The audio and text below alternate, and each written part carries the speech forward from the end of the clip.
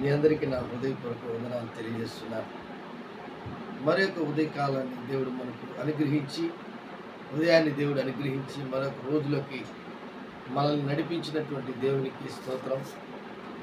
ప్రియమైనటువంటి దేవుని బిడ్డలారా, యాకోబు రాసిన పత్రిక 1వ అధ్యాయం 12వ వచనంలో, శోధన సహించువాడు ధన్యుడు, అతడు శోధనకు నిలిచిన వాడై ప్రభు తన్ను ప్రేమించు వారికి వాగ్దానము చేసిన జీవ కిరీటం పొందును. ప్రియమైనటువంటి దేవుని బిడ్డలారా, ఈరోజు మానవాళి జీవితంలో ఎక్కువగా విశ్వాసంలో చాలా శోధన, పరీక్ష, ఓర్పు, నిరీక్షణ ఇవన్నీ కూడా మనము గమనిస్తూ ఉంటాం. కష్టాలు కూడా వస్తాయి, చాలా కష్టాలు వస్తాయి. అయితే వాటన్నిటినీ తట్టుకొని శోధన సహించువాడు ధన్యుడు. ఒకసారి మనము పని చేసే దగ్గర మనకు శోధన వస్తుంది.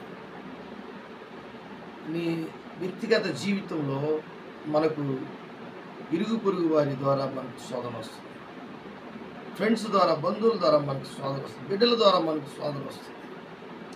అయితే కుటుంబంలో కూడా మనకు అనేక సార్లు శోధనలు వస్తాయి. అయితే వాటిని జయించాలి, జయించే వారికే జీవ కిరీటం ఇస్తాడు దేవుడు. ధన్యుడు అనే ఒక మాట దేవుని యొక్క బిడ్డగా యాకోబు రాశాడు.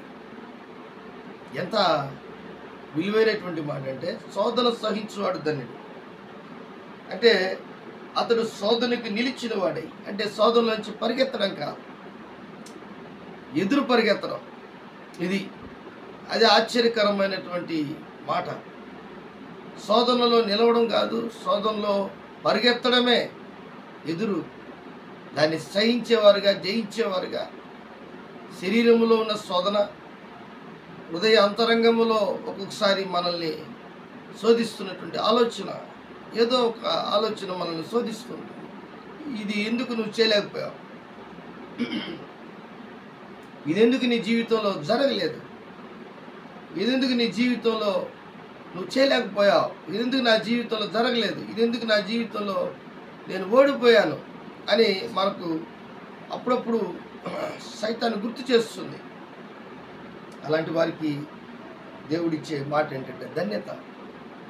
శోధన సహించువాడు ధన్యుడు, అతడు శోధనకు నిలిచిన వాడై ప్రభు తన్ను ప్రేమించు వారికి వాగ్దానము చేసిన జీవ కిరీటం పొందును. ప్రియమైనటువంటి దేవుని బిడ్డలారా, అపోస్తలుడైన పౌలు ఒక మాట అంటున్నాడు కొరింథీ సంఘంలో. ఏమంటున్నాడంటే, మరియు పందెమందు పోరాడు ప్రతివాడు అన్ని విషయముల యందు మితముగా ఉండును, వారు క్షయమగు కిరీటము పొందుటకును మనమైతే అక్షయమగు కిరీటం పొందుటకును మితముగా ఉన్నాం. కాబట్టి నేను గురి చూడని వాని వలె పరిగెత్తువాడును కాను. గాలిని కొట్టినట్టు నేను పోట్లాడట్లేదు, కానీ ఒకవేళ ఇతరులకు ప్రకటించిన తర్వాత నేను భ్రష్టుడైపోతునేమో అని నా శరీరమును నలగొట్టి దానిని లోపరుచుకొనుచున్నాను. తన శరీరాన్ని కూడా జయించేదానికి పౌలు ఎంతో తీర్మానం తీసుకున్నాడు. కారణం ఏంటంటే, దేవుని దగ్గర జీవ కిరీటం పొందాలి, దేవుని దగ్గర ధన్యత పొందుకోవాలి. ఇది చాలా ముఖ్యమైన విషయం. శోధన సహించే విశ్వాసి జీవ కిరీటాన్ని పొందుతాడు. అది పాపముపై విజయము పొందిన వారికి దొరికే కిరీటం అది. లేదా జీవితంలో వారు పరిగెత్తే పరుగులో ఆత్మీయ విజయం సాధించిన వారికే ఆ కిరీటం పొందుతారు. కాబట్టి ఈరోజు చాలామంది మధ్యలో ఆగిపోయినటువంటి వారు ఉన్నారు. విశ్వాసంలో పరిగెత్తి నేను ఇంకా పరిగెత్తలేను, నా కుటుంబం వరకు చాలు అనుకునేవారు ఉన్నారు. పౌలుతో చాలామంది మధ్యలో ఆగిపోయినటువంటి వారు ఉన్నారు. బర్నబా వెళ్ళిపోయాడు, తిరిగి తన స్వదేశానికి, సొంత ప్రాంతానికి వెళ్ళి సేవ చేసేసాడు. కానీ ఆ సన్నివేశం మనం గమనించినట్లయితే పౌలుకి ఇచ్చినటువంటి దర్శనం ప్రకారం అతను ముందుకు వెళ్ళడం, దేవుడు ఆ శోధనలో అనేకమైనటువంటి విషయాలను మనము దేవుని దగ్గర తెలుసుకోగలం. అంటే ఆ శోధన మనల్ని ఏం చేస్తుందంటే సిగ్గుపడలేదు. కాబట్టి ఈ యొక్క మాటను మనం అర్థం చేసుకొని దేవుని యొక్క శోధన, దేవుడు సైతాను శోధిస్తుంది, దేవుడు పరీక్ష పెడతాడు. కాబట్టి ఈ పరీక్షలో కానీ ఈ శోధనలో కానీ మనము ఏ విధమైనటువంటి శోధనలో కూడా మన జీవితం ముందుకు వెళ్తున్నప్పుడు మనకు వచ్చే ఆ ఒక భయంకరమైన పోరాటంలో నీకు విజయం దేవుడు ఇస్తాడు. అందుకే 2 తిమోతి 4:7 మంచి పోరాటం పోరాడి తిని నా పరుగు కడముట్టించి తిని విశ్వాసమును కాపాడుకుంటుని ఇక మీదట నా కొరకు నీతి కిరీటం ఉంచబడి ఉన్నది. ఆ దినమందు నీతి గల న్యాయాధిపతి అయిన ప్రభు అది నాకు మాత్రమే కాకుండా తన ప్రత్యక్షతను అపేక్షించు వారందరికీ అనుగ్రహించును. ఎంత గొప్ప మాట! నాకే కాదు, నాలాగే చాలామంది పరిగెత్తున్నారు విశ్వాసులు, వారందరికీ కూడా దేవుడు అనుగ్రహిస్తాడు ఈ యొక్క గొప్ప కిరీటము, నీతి కిరీటం, వాడబారిని మహిమ కిరీటము. నా కొరకు నీతి కిరీటం ఉంచబడి ఉన్నది.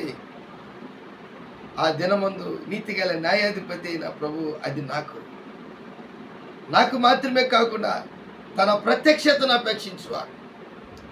ఈ శోధన నిన్ను సిగ్గుపడనీయదు. నీ జీవితంలో ఒక అద్భుతమైనటువంటి విషయం ఏంటంటే, ఈ యాకోబు రాసిన పత్రిక 1:12 శోధన సహించువాడు ధన్యుడు, ఆ ధన్యత నువ్వు పొందుకున్నావు. అంత మాత్రమే కాదు, 13వ వచనంలో దేవుడు కీడి విషయమే శోధింపనేరడు, ఆయన ఎవరిని శోధింపడు గనుక ఎవడైనా శోధింపబడినప్పుడు నేను దేవుని చేత శోధింపబడుచున్నానని అనకూడదు. కాబట్టి శోధన అనేది నీ జీవితంలో ఒక అద్భుతమైనటువంటి రీతిలోకి నిన్ను ధన్యతలోకి తీసుకువెళ్తుంది. ఈ వాక్యము నువ్వు అర్థం చేసుకొని ఆ శోధనకి నిలిచి ప్రభు నాకు జీవ కిరీటం ఇచ్చేదానికి ఇవన్నీ నాకు వస్తున్నాయి. నీతి కిరీటము, మంచి కిరీటము, గొప్ప కిరీటము ఏమున్నాయో కిరీటాలన్నీ, వాడబారిన మహిమ కిరీటం, దేవుడి దగ్గర ఏమేమి ఉన్నాయి అన్నీ ఇస్తాడు నీకు. కాబట్టి సహించాలి, ఓర్చుకోవాలి, మనము దేవుణ్ణి ఆరాధించాలి, దేవుని దగ్గర మనం అనేక విషయాలు తెలుసుకోవాలి. ప్రార్థన చేసుకుందాం. దేవుడి వాక్యాన్ని దీవించి ఆశీర్వదించుగాక. ప్రేమ నమ్మకం కలిగినటువంటి నా యేసయ్య ఇప్పుడు వచ్చినటువంటి బిడ్డలందరినీ మీ చేతులకు అప్పగిస్తున్నారు. ఈ వీడియో చూస్తున్నటువంటి బిడ్డలను మీరు దీవించి ఆస్వాదించుకోవాలి. నజరేయుడైన యేసు నామములో అడిగి వేడుకుంటున్నాను తండ్రి. ఆమేన్. ఆమేన్.